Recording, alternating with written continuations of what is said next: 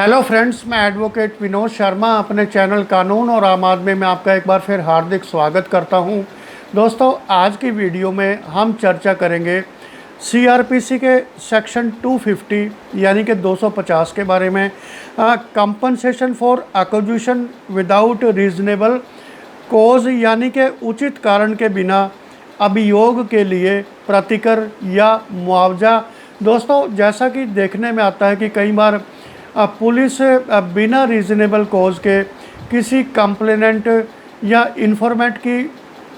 Information पर case दर्ज कर लेती है और वो केस कोर्ट में जाकर फिर प्रूव नहीं होता है और ऐसे में आरोपी जो है वो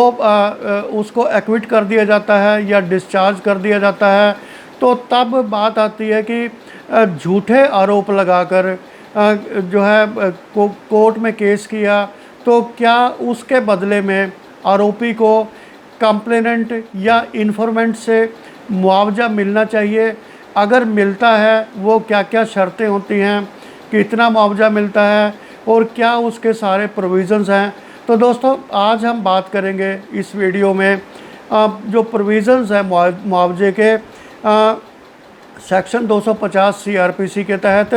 तो दोस्तों, ये मैं आपको पूरा सेक्शन जो है पढ़ के बताऊंगा और उसके बाद सरल भाषा में, सटीक भाषा में आपको मैं समझाऊंगा कि आप भी कैसे, अगर किसी झूठे केस में आपको फंसाया गया है, बिना किसी उचित कारण के आप पर मुकदमा दर्ज किया गया है, तो आप कैसे इस सेक्शन के तहत मुआवजे के हकदार होते हैं। तो दोस्तों, वीडियो शुरू करने से पहले मेरी आपसे रिक्वेस्ट है कि आप मेरे चैनल को सब्सक्राइब करें, वीडियोज़ को लाइक करें और बेल आइकॉन का बटन भी ज़रूर प्रेस करें ताकि आने वाली वीडियोस के नोटिफिकेशन आपको उसी वक्त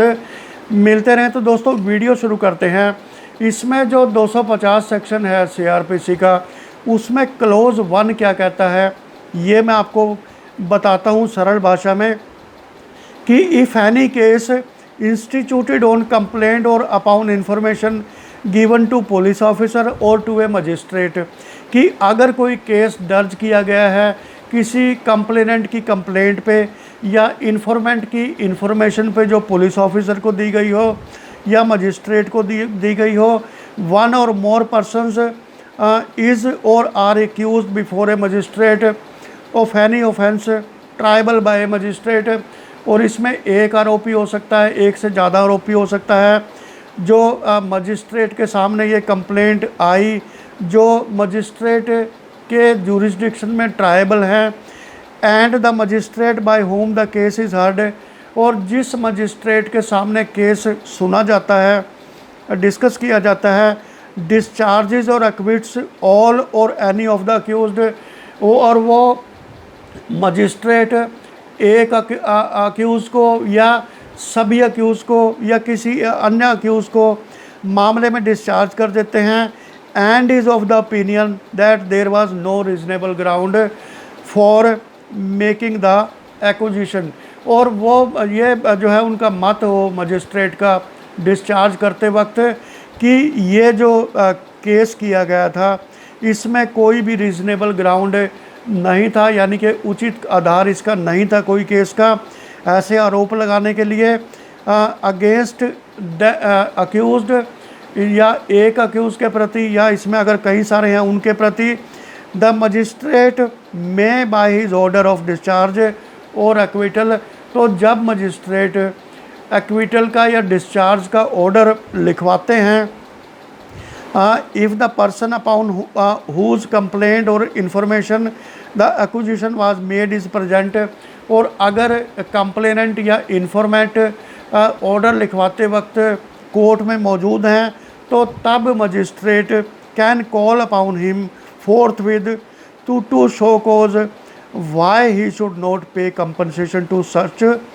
अक्यूज्ड। तो तब जो है वो जो कंप्लेनेंट है या इन्फॉर्मेंट है उसको जो है एक show cause issue notice issue कर देते हैं कि आप बताएं कि आप ने ये झूठे आरोप लगाए हैं या जो है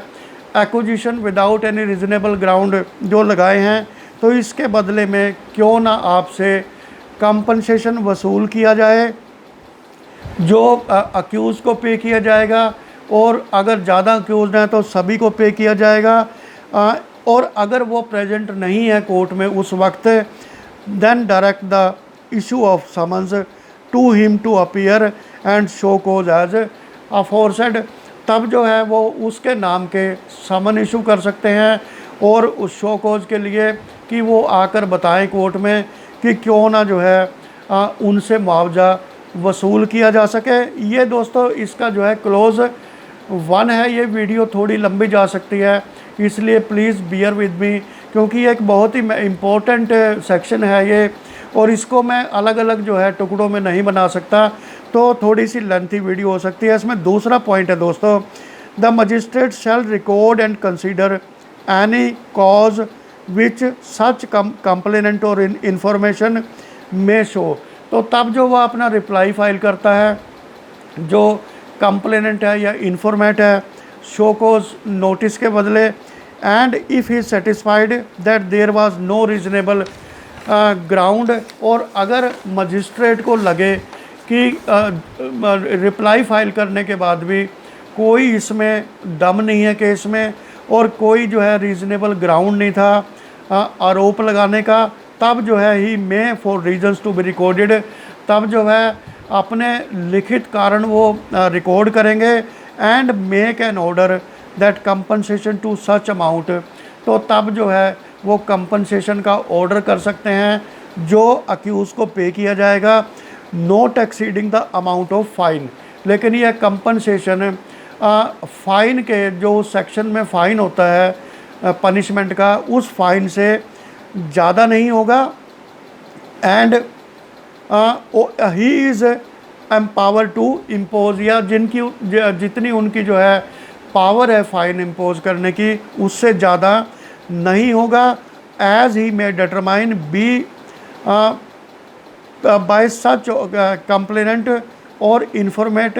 इन the to the accused or to each or any, जो कि जो ये कंपनसेशन जो है ऑर्डर किया जाएगा जिसका, वो अक्यूज़ को पे किया जाएगा। तीसरा इसमें दोस्तों जो पॉइंट है, the magistrate may by the order directing payment of the compensation under subsection 2 for the order that in default of payment the person order to pay such compensation shall undergo simple imprisonment for a period of not exceeding 30 days. अगर order के बाद complainant या इन्फॉर्मेट compensation पे नहीं करता है, तो तब मजिस्ट्रेट उसका इम्प्रिजनमेंट का ऑर्डर कर सकते हैं, और ये इम्प्रिजनमेंट 1 महीना यानी 30 दिन से ज़्यादा नहीं होगी। तीसरा इसमें जो चौथा पॉइंट है दोस्तों इसमें, कि when any person is imprisoned under subsection 3 the provisions of section 68 and 69 of IPC shall so far as may be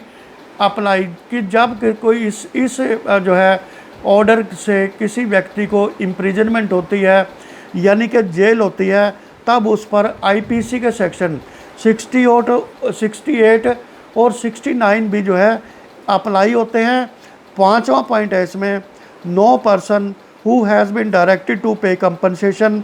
under this section shall by reason of such order be exempted from any civil or criminal liability. और इस जो है जिसके खिलाफ ये order हुआ है, वो व्यक्ति सिविल और क्रिमिनल लायबिलिटी से भी उसको एग्जम्प्ट नहीं कर सकता या कर सकते, यानी कि जो है वो सिविल और क्रिमिनल लायबिलिटी के लिए भी ओपन है, वो कार्रवाई भी उस पर हो सकती है। ऑफ द कंप्लेंट मेड और इंफॉर्मेशन गिवन बाय हिम, जो इन्फॉर्मेशन या कंप्लेनेंट है जो उसने कंप्लेंट दी थी पुलिस में, उसके बदले वो सिविल और क्रिमिनल जो है लायबिलिटी उसके लिए ओपन है। इसमें एक जो है क्लोज है, provided that any such amount paid to an accused shall be taken into account in awarding compensation to such person in any subsequent civil suit regarding to the relating to the matter. और अगर जो आरोपी है जिसे discharge कर दिया गया है, एक्विट कर दिया गया है, वो अपने डैमेजेस के लिए कोई सिविल सूट फाइल करता है, जो कंप्लेनेंट के ख़िलाफ़ या इन्फॉर्मेट के ख़िलाफ़, तो तब जो है ये राशि जो कंपनसेशन की होगी ये वहाँ पर एडजस्ट करके दिखाई जाएगी, यानी कि इसको भी कंसिडरेशन में लिया जाएगा। तो दोस्तों इसमें नेक्स्ट पॉइंट है, एक complainant or informant who has been order to pay compensation by magistrate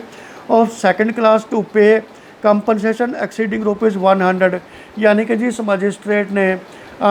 complainant या इन्फॉर्मेंट को 100 रुपये से ज़्यादा का कॉम्पनसेशन पे करने का ऑर्डर किया है, he may apply from the order, तो वो जो है इस ऑर्डर के ख़िलाफ़